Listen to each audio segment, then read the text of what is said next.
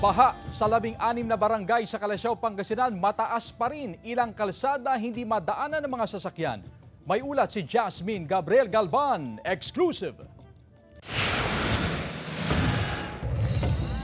Halos isang linggo ng kalbaryo ng ilang residente ang naranasang baha sa barangay Talibao, Calasiao, Pangasinan.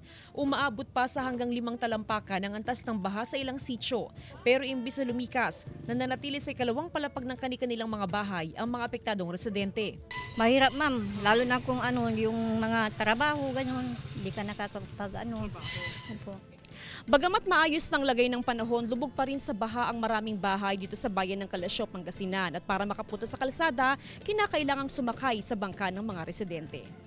Sa monitoring ng MDRRMO, 16 na barangay pa rin ang lubog sa baha.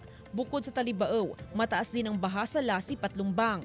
Hindi pa rin madaanan ng mga sasakyan ang provincial road sa barangay Lasip. Kung magtutuloy-tuloy raw ang magandang panahon, posibleng humupa na ang baha bago mag-weekend. At least kahit paunti-unti na nagsusubside na yung tubig doon sa ibang flooded barangays natin. As of 11 a.m. ngayong araw, nasa 8.5 feet above normal level ang Marusay River. Ang unti-unting pagbaba ng antas ng ilog, malaking bagay sa unti-unti na ring paghupa ng baha sa iba't ibang barangay. Kasama si Henry Duminsil, Jasmine Gabriel Galban, One North Central Luzon.